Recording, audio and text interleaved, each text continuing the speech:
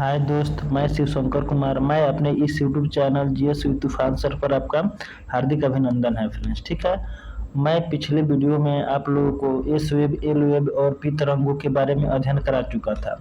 हम आज जानेंगे कि इस तरंगों का अध्ययन क्या होता है फ्रेंड्स। इस तरंग से अध्ययन से हमको क्या क्या जानकारी मिलता है, इसके बारे में हम लोग क्या करेंगे, अध्ययन करेंगे फ्रेंड्स। ठीक है, देखिए ये हमारा एक पृथ्वी हो गया। क्या हो गया मित्रों? ये पृथ्वी हो गया।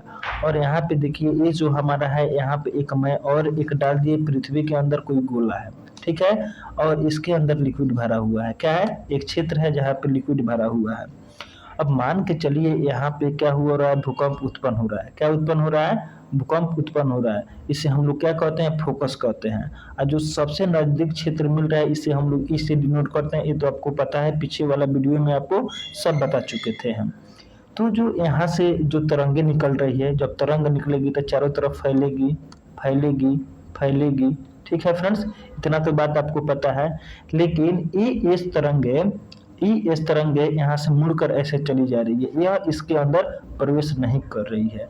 इसका अर्थ है, जब इसमें प्रवेश नहीं कर रही है तो इसका अर्थ क्या है कि यहाँ पे सॉलिड है। क्या है फ्रेंड्स? सॉलिड है। चूंकि हम आपको बता नहीं, यहाँ पे लिक्विड है। क्या है मित्रों? लिक्विड है। चूंकि हम पीछे वाला वीडियो में बता चुके थे कि जो एस वेव होती है वे क्या नहीं करती है, वे लिक्विड में नहीं चलती है, वे हमेशा सॉलिड में ही चलती है।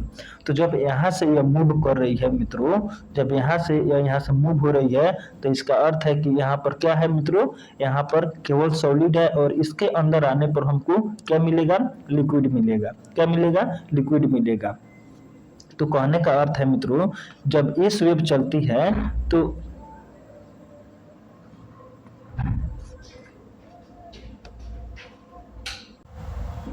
जब एस वेव चलती है तो यह क्या करती है, 105 डिग्री के अंदर में ही चलती है। लगभग 105 डिग्री का क्या बनाती है? एंगल बनाती है। और उसके बाद में ये जो बाकी जितना है वह छाया क्षेत्र रहता है, इस पर यह नहीं चलती है मित्रों। ठीक है, हमेशा 105 डिग्री पर ही क्या करती है? चलती है।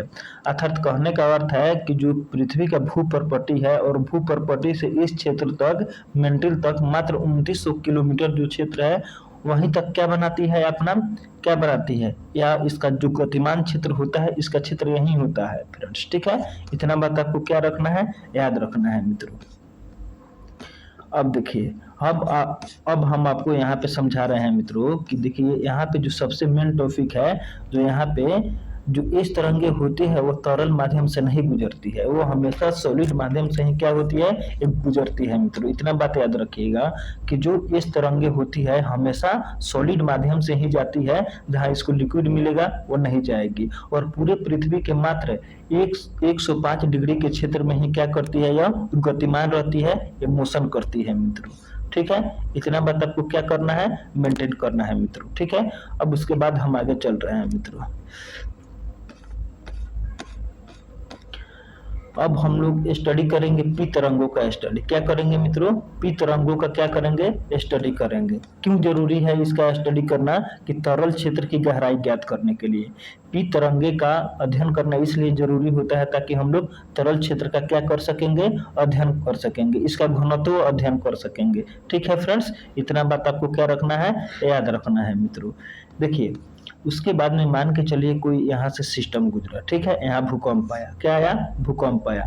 तो भूकंप आया जब यहाँ पर, तो क्या होता है, भूकंप आने के बाद में इसका जो मतलब जो रे होगी, जो उसका जो भूकंपीय तरंग होंगे उधर चारों तरफ भागेंगे।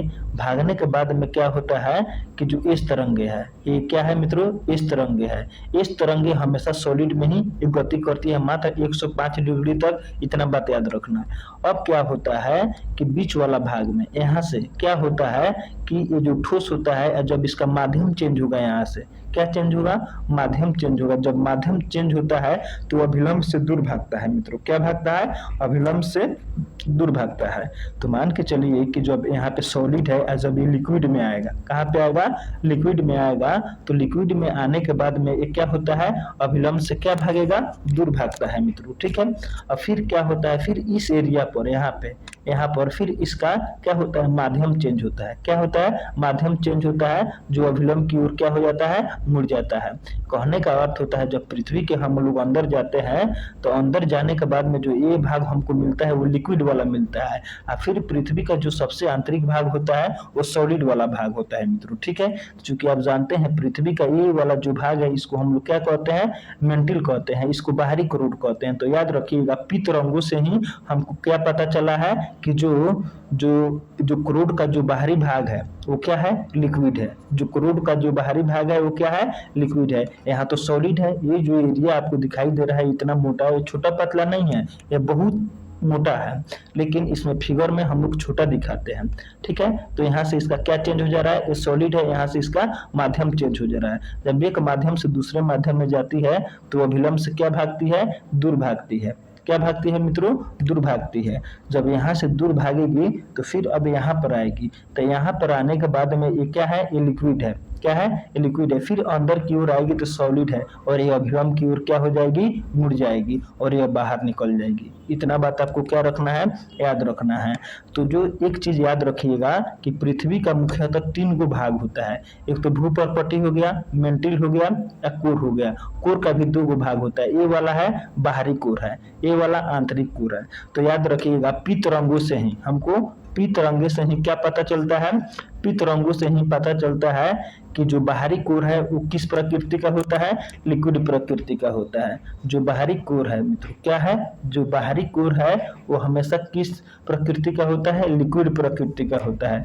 इतना बात आपको याद रखना है। जो बीच वाला भाग होता है वो कैसा भाग होता है, सॉलिड होता है। ये हमें पी तरंगों से ही पता चलता है। तो पी तरंगों हमेशा 145 डिग्री का एंगल पर ही क्या करती है, बनाती है फ्रेंड्स। ठीक है, इतना बात याद रखिएगा, 145 डिग्री। और इस तरंगे जो होती है वो हमेशा 155 डिग्री के अंदर ही क्या करती है, वो अपना घूमती है और अपना जो एरिया कैप्चर करती है 105 डिग्री पर। और जो पी तरंगे होती है 145 डिग्री पर। इतना याद रखिएगा। और पृथ्वी का जो मेंटिल वाला भाग है वो मात्र 2900 किलोमीटर है। वो कितना किलोमीटर है, 2900 किलोमीटर है। इतना बात याद रखिएगा। वो कितना किलोमीटर है, 2900 किलोमीटर है। और यहाँ से यहाँ तक, और जब भू प्रॉपर्टी से और बाहरी करोड़ तक जाइएगा। कहाँ तक जाना है हमको, बाहरी करोड़ तक जब हम जाते हैं तो हमको 5150 किलोमीटर की दूरी को तय करना पड़ता है फ्रेंड्स। इतना बात आपको याद रखना है। वहीं ये बात यहाँ पे लिखा गया है। तो इतना बात आपको समझ में आ गया होगा कि पी तरंगे से ही हमको क्या पता लगता है, लिक्विड के बारे में पता लगता है। ठीक है, कि पृथ्वी के जो करोड़ के बाद में जो हमको क्षेत्र मिलता है वो क्या है, लिक्विड है। और फिर उसके अंदर वाला जो क्षेत्र है वो क्या है, सॉलिड है। वो पी तरंगे से ही पता चलता है।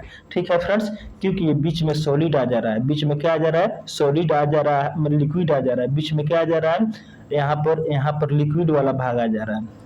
यहाँ पे थोड़ा सा क्या आ जा रहा है, सॉलिड वाला भाग आ जा रहा है। इसीलिए यहाँ से कट कर यहाँ से क्या भाग जा रही है, इस तरंगे भाग जा रही है। और इधर जो है वो लिक्विड है, इसलिए लिक्विड में चूंकि हम जानते हैं कि इस तरंगे लिक्विड में गति नहीं कर सकती है।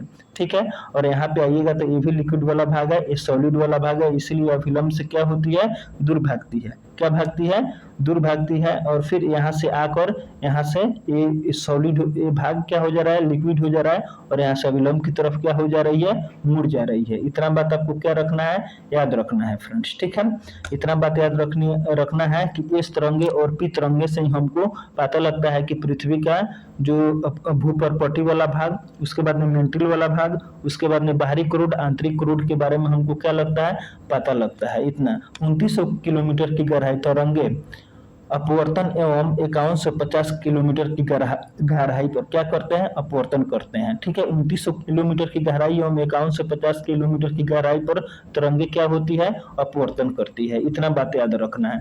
जो हमारा जो मतलब जो तरंगे होती है, जो भूकंपीय तरंगे होती है, वो दो जगह क्या करती है, अपवर्तन करती है। एक तो 29 किलोमीटर पर, यहाँ पे देखिए 29 किलोमीटर पर, और 5150 किलोमीटर पर क्या करती है, तरंगे अपवर्तन करती है। ठीक है,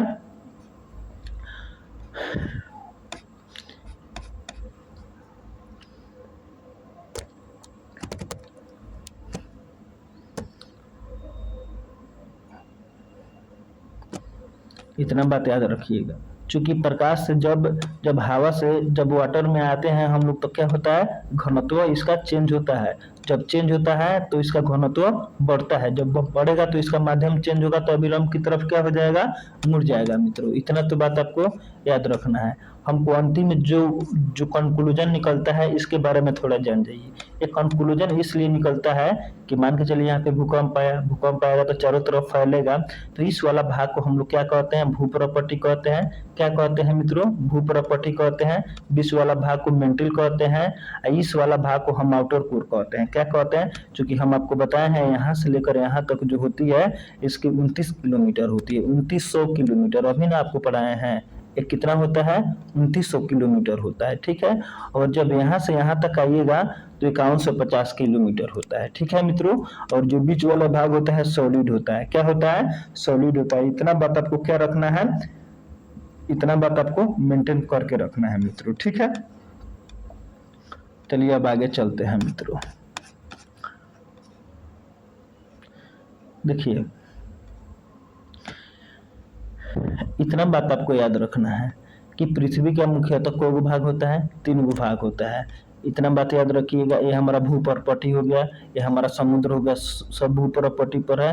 ये मेंटिल हो गया, ये बाहरी क्रूड हो गया, या आंतरिक क्रूड हो गया, कोई दिक्कत नहीं। अब देखिए जिस तरह हम लोग नीचे आते हैं तो उसका घनत्व क्या होता है, बढ़ते जाता है। इतना तो पता है। जो जो भूप्रपट्टी है वह हमेशा मतलब एल्युमिनियम और सियाल, एल्युमिनियम और एल्युमिनियम से बना होता है, सिलिकॉन और एल्युमिनियम से बना होता है। और जो मेंटिल है वह सिलिकॉन और मैग्नीशियम से बना होता है। और ये जो है वो निफे से, निकल और फेरस से बना होता है मित्रों, ठीक है।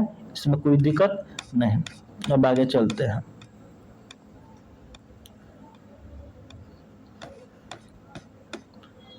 देखिए अब यहाँ पे सबसे मेन हमको जानकारी क्या चाहिए कि देखिए यहाँ से जो जो पृथ्वी का जो पूरा भाग होता है, इसमें पृथ्वी का जो मेंटिल वाला भाग होता है वो 83% वॉल्यूम होता है।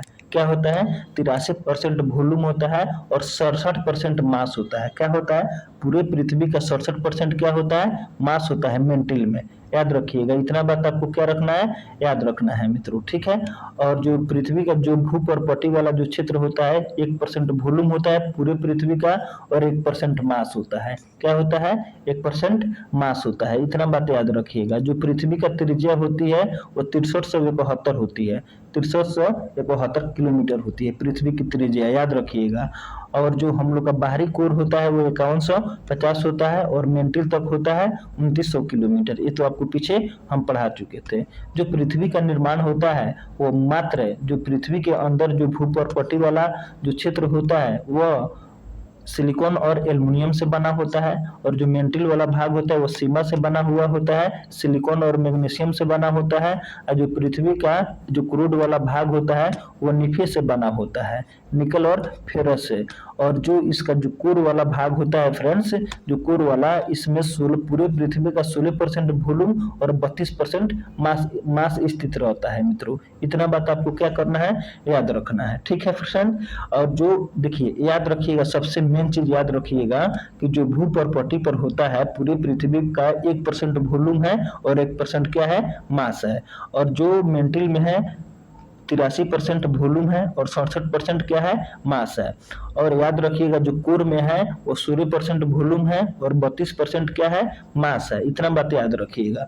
और जिस तरह हम पृथ्वी के नीचे आते जाएंगे उस तरह इसका डेंसिटी क्या होती जाएगी, बढ़ती जाएगी। याद रखिएगा यहाँ पे भूप्रपट्टी पर जो हमारा जो डेंसिटी दिखाई देता है 2.7 ग्राम प्रति सेंटीमीटर क्यूब दिखाई देता है। और जो मेंटिल में आइएगा तो 5 मेंटिल में आइएगा, बीच में मेंटिल में आइएगा तो 5 ग्राम प्रति सेंटीमीटर क्यूब होता है, और यहाँ पे आइएगा तो 10 ग्राम प्रति सेंटीमीटर क्यूब होगा मित्रों। इतना बात याद रखिएगा। जब कोर में आइएगा तो 13.6 ग्राम प्रति सेंटीमीटर क्यूब होता है, जो सबसे अधिक है घनत्व, डेंसिटी सबसे अधिक है। यही हमको सबसे मेन जानकारी मिलती है एस और पी वेव की क्या करने से, अध्ययन करने से। चूंकि हम जानते हैं कि एस वेव हमेशा, याद रखिएगा 2 बात की, एस वेव हमेशा कहाँ चलती है, सॉलिड में चलती है, और पी वेव हमेशा कहाँ पे चलती है, लिक्विड में चलती है। इतना बात हमको क्या करना है, मेंटेन करके चलना है।